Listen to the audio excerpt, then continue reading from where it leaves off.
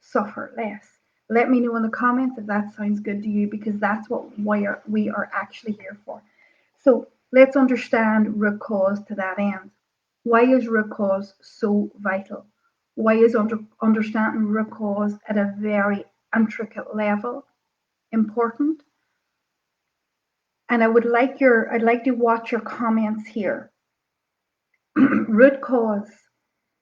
When we fail to address root cause, when we sit in the symptom of a problem, when we sit in the presenting issue of a problem, we create more and more and more suffering. And one of the main reasons that we create more suffering, and you've all heard me say this before if you've ever worked with me, is simply that we think that we are headed towards healing, that we hope that we're headed towards healing. And what happens is we end up putting all our energy into settling a symptom, soothing a symptom, stopping a behavior that are symptoms. We put all our energy, all our heart, all our soul into that. And what happens is we believe that that should settle it all.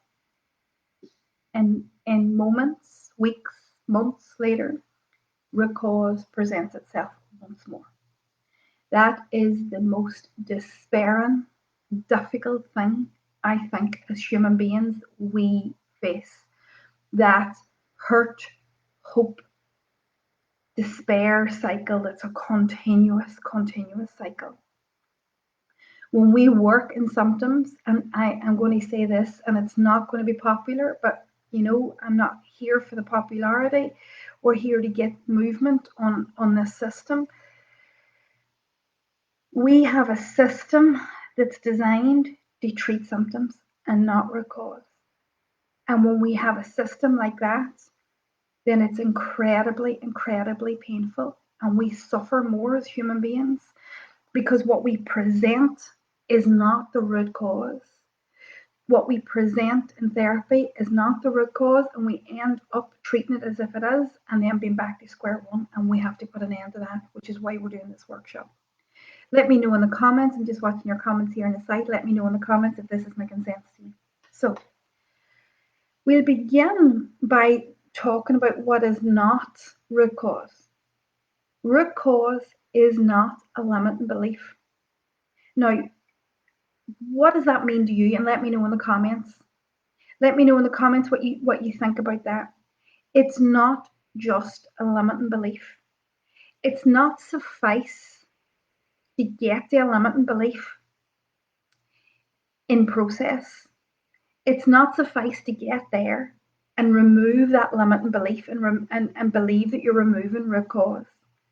Root cause has much more tentacles than that. It's much deeper. It's much more entrenched than that.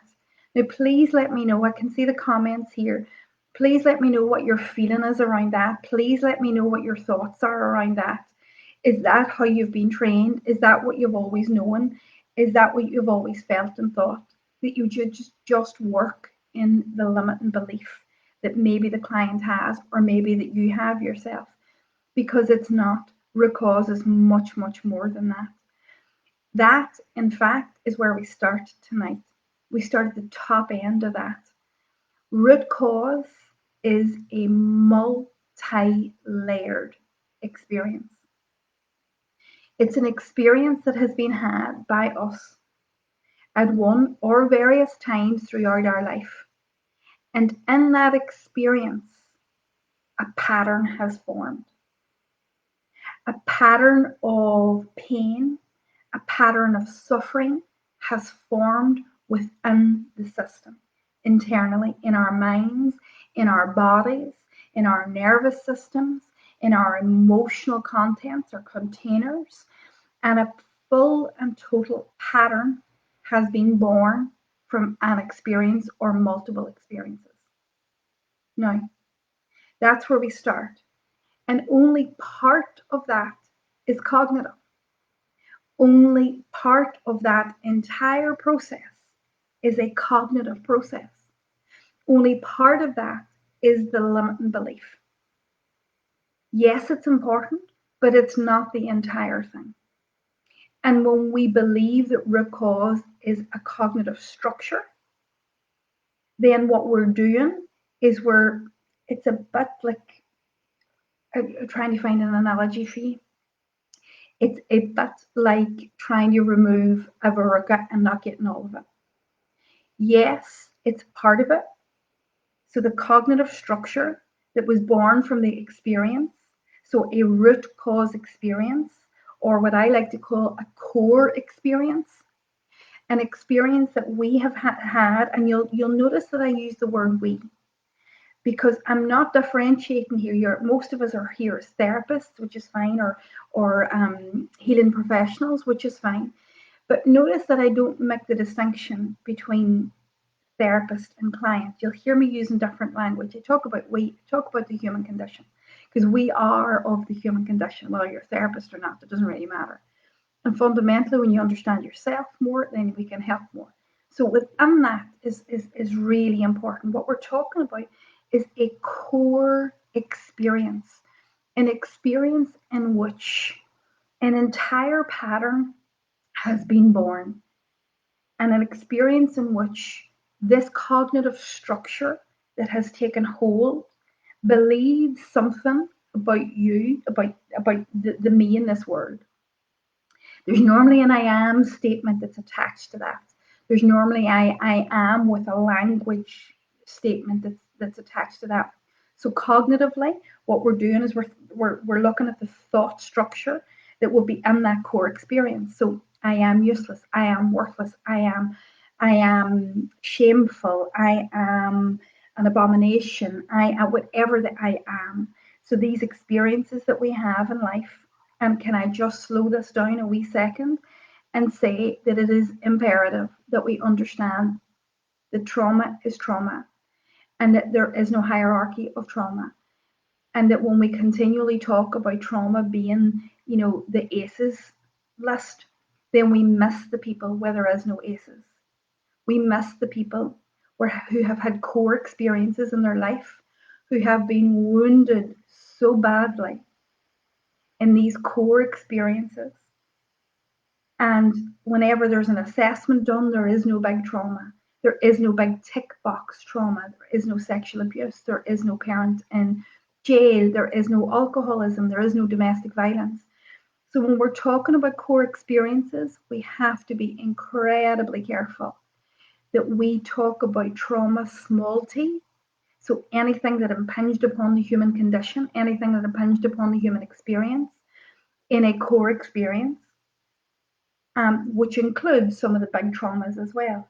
But we are basically encapsulating every and any experience that to that human being, to us as human beings, has caused us suffering, has caused us pain, and has caused us a cognitive understanding of ourselves from that experience. And I am useless, I am worthless, I am whatever that is. So it's a meaning of self. And that's often where, we understand root cause to be there and there alone. It gets much deeper than that. So let me deepen and did and explain. What we have from these core experiences is we have these language structures, these belief systems that come out of them. We believe about ourselves, and we also can believe about the world, that it is structure, that it is thought, that it is belief system. So not only am I bad or mad or sad or shameful or wrong, but it is, this world doesn't have the capacity to hold me. This world is fearful. This world is dangerous. It is. And all of that exists within this core experience. And within that is the emotional content that belongs to that structure. It's the emotion of shame. It's the emotion of blame. It's the emotion of guilt. It's the emotion of sadness. It's the emotion of heartache that comes within that experience, within that thought structure, within that language pattern, within that belief system. The emotion that's entangled in that is what is then locked into the body. Within that emotion, there's the way that the body holds that emotion, the somatic interpretation of that pain. So the what way the body holds it. So emotions are normally felt in the gut, emotions are normally felt in the chest area. Somatics are different. Somatics are the way we hold it in our necks, the way we hold it in our heads. So the somatic structure and the emotional structure often sit side by side but should never be confused. They operate under two different systems. And this is completely in my clinical experience and personal experience. So, what we have is this language pattern, this cognitive belief system. We have lots of evidence for that cognitive belief system that was born in that experience. We have a view of ourselves and the world in relation to the world. We have the emotion that builds into that. We have the somatics that build into that. And what we're talking about here, which is I want to draw your particular attention to, depending on your feeling frequencies. And if you've never heard that term before, let me just take a wee brief minute and explain it. Feeling frequencies are absolutely an incredible piece of information when we come to understand suffering in the human condition. If you've got what I would call a wild frequency, which means that you feel intensely, you feel emotional content intensely, you don't feel it mildly, you feel it wildly, then the pain system within the body is felt more acutely. So if you've had a core experience or a client has a core experience where this belief system was born, this emotional content that belongs to the belief system, the somatics that absolutely sit alongside it, and you have this intensity of experience and emotional frequency, then you have the human condition retract and pull away and deny and push away very naturally from the pain that is experienced in the system. It's as acute as breaking your leg. It's as acute. That can be the experience. It can be as overwhelming as all of that. And then we have to add to that the nervous system's response. How does your body, how does your nervous system, how does this autonomic nervous system respond to this experience? Now, all of this is internal. None of this is external. This is all internal. The problem with not getting to root cause is that we're often kept on the external. They said, they did, they didn't do. I watched this, I saw this, I experienced this externally. I saw people do this, I saw this happen, and that has caused my trauma. What I'm talking about here is not the external. I'm talking about the internal, the internalized experience of the human condition as they experience something that's so difficult for them to absorb, so difficult for them to work through, so difficult for us to process. And all of this experience gets locked in, and what happens is the nervous system responds in a heightened state of that intensity. The nervous system often responds in fear, in anxiety, in pain, in difficulty. And it often responds in panic. Sometimes it can respond in shutdown. Sometimes it can respond, the dorsal vagal nerve can respond, and we can get this shutdown, black hole kind of effect. And within that experience, we have multiple layers of experience, taking into consideration all facets of the human condition's experience: thought, feeling, somatics, physiology, psychology, the way that the amygdala works, the way that the amygdala inside the autonomic nervous system can just shut down your rational thinking. And this detailed experience is born. And in this very, very detailed experience, then meaning is made from that experience. Now, what does that mean? It means that in that experience, you can decide what that means for you, and you can have a layered effect over the top of it. So if your nervous system has gone into panic, you can decide that you're mad because of it. If your nervous system has goes into shutdown, you can decide there's something wrong with you on top of it.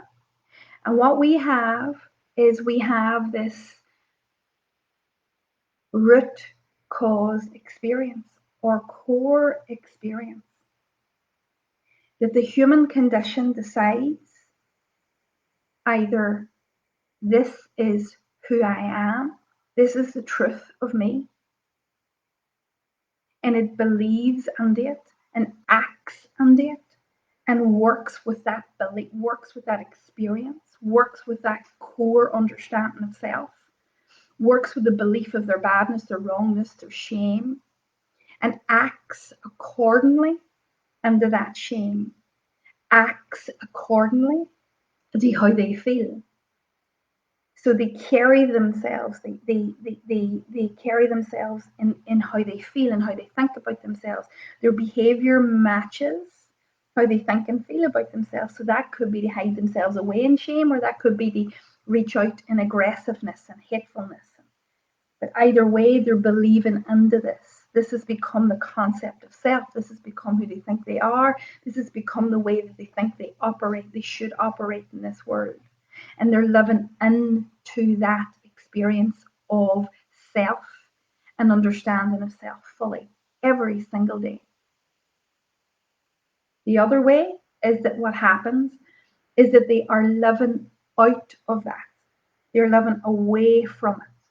They have decided that such was the depth of this experience, such was the detail of it, that they never want to re experience it again. And they build up layer upon layer, behavior upon behavior, structure upon thought structure that keeps them away from ever re experiencing this ever again. And those layers that work on the outside of this core experience is what people bring to therapy, is what we bring to our therapist, is what we bring to our minds. Because the stuff that I've just explained, whilst it has happened, whilst it's been a core experience, it gets locked in the body and the mind shelves it. The mind shelves the original experience. The belief rolls on for years and years and years. And if you're acting out into it, then you're just continually believing it, continually working with it. And it becomes something that you don't have to find a memory for. It just becomes a way of being. And that way of being creates problem. And that problem could be depression, it could be anxiety, it could be whatever it is. And that's the presenting issue that's brought. If we work as an example on that presenting issue, then we are only moving the goalposts. Now, tell me, does that beginning to make sense?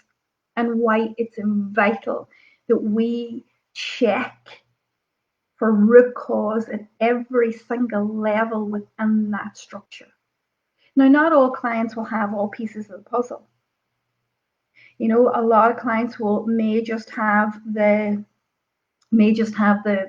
emotional content.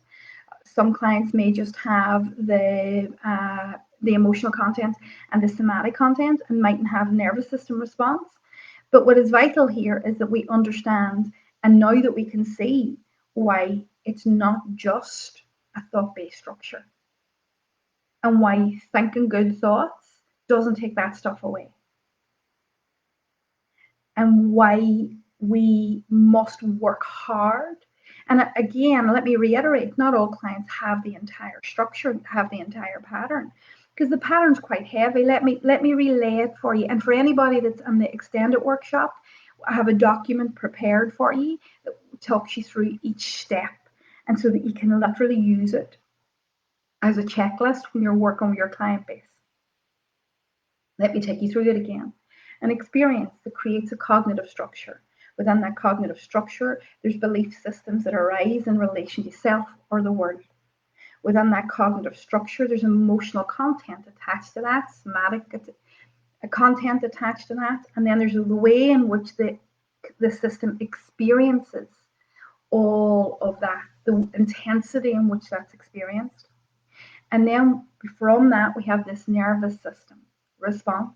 And from that, we can have further beliefs that are set up about self in relation to that entire experience.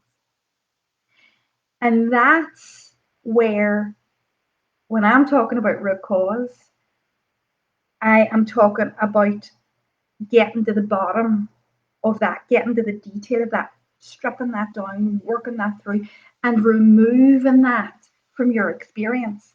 Removing the thought, removing the feeling, removing the somatics, removing the way your nervous system responds, removing the meaning that you've given to the way this whole experience went down. Not just listening to it, but actually isolating it, targeting it, and removing it from the system. Now, that's what we mean when we talk about removing, working with, and removing root cause. For me, it's absolutely fundamental to healing and creating less suffering in the system.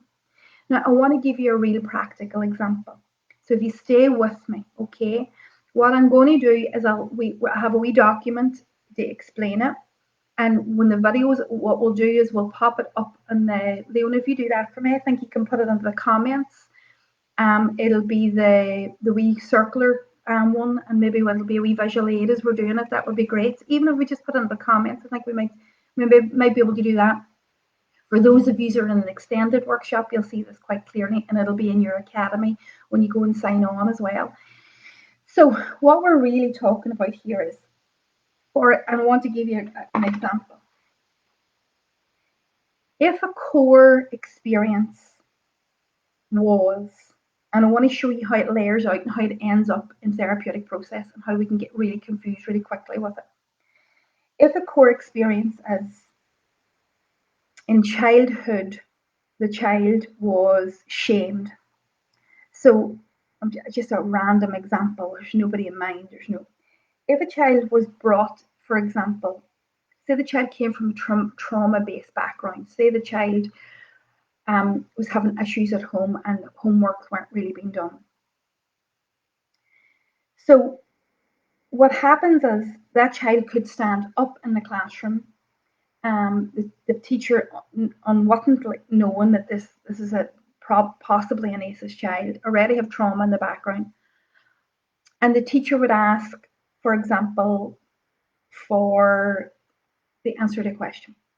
The child's unable to give the answer to the question. They watch around them as their peers are laughing, as their peers are sniggering. The teacher then humiliates the child. The teacher then shames the child in front of everybody. The experience internally is deep shame, deep humiliation, and a feeling, a complete and utter disconnection, feeling like there's no one there. So what we're listening to is what we're beginning to understand is the core experience is I am stupid. This is a name given. That's just the name. It's just the cognitive structure. I am stupid. I am worthless. It's just the words. The feeling of shame. It's in the pit of the stomach. The child's heart wrenching over with pain in their body.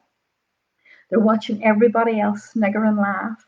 Now they have no support. Now there is no one to help them. Now they're on their own. And their nervous system kicks into dorsal vagal shutdown. They're disconnected completely from their peers. They're disconnected from their teacher. And they go on to shutdown. A shutdown at that level can look like disassociation. So they come out of their body. They feel this black hole feeling. They feel, now they're young and the experience of it is too much. And so it's overwhelming in the body. And they believe there's something wrong with them from this place. So that is an example of core experience. From that core experience, they will never want to be shamed again, never want to be humiliated again.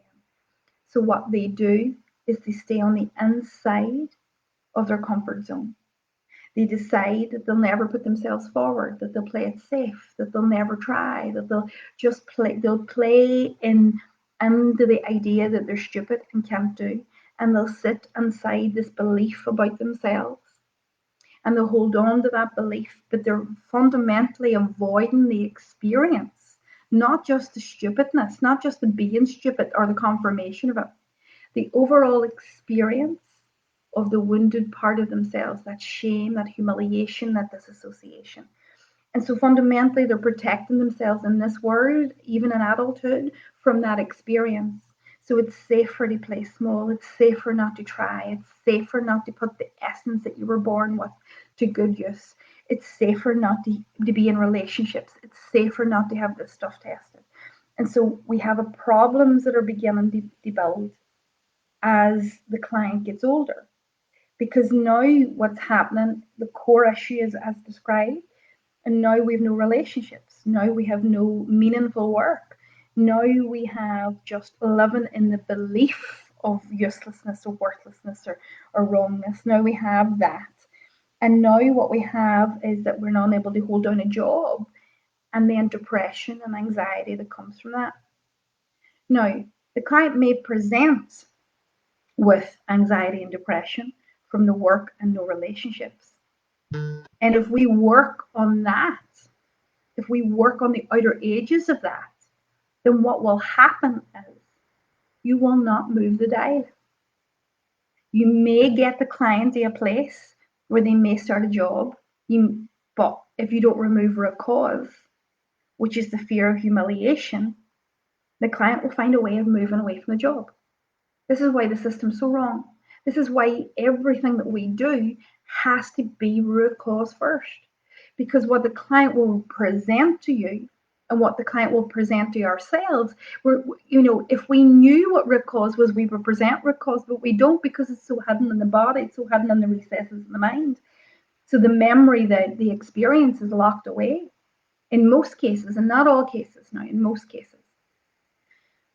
And so if we work on the outer edges of the problems as they present themselves, how and under God is that client expect to take the risk on a job if the fear of humiliation, if that experience of shame is still available and could be switched on in 2 seconds by somebody else? Why would they? Now, they might play lip service to you and they might say it's a good idea, and if they could get a job, it would be great, and if they could get a relationship, they'd feel much better. But the bigger question is, what is at the heart of that experience? What is it that is at the root cause of not having the job? What is it that's the root cause of not having a relationship? And when we work on there and target on there, and we're going to work with it tomorrow night, then we can see how so beneficial it is. It's harder, it's tougher, it's you know, it's a baptism of fire to work in root cause, but there's a way to get into it. And there's a way to get into it that's fruitful. And there's a way to get into it that you don't have to traumatize. And there's a way to titrate and move into it. But we must work in root cause if we are to be free. We must work on the actual core piece of the experience that is causing all of the symptoms. And we cannot afford to sit in the symptoms of a problem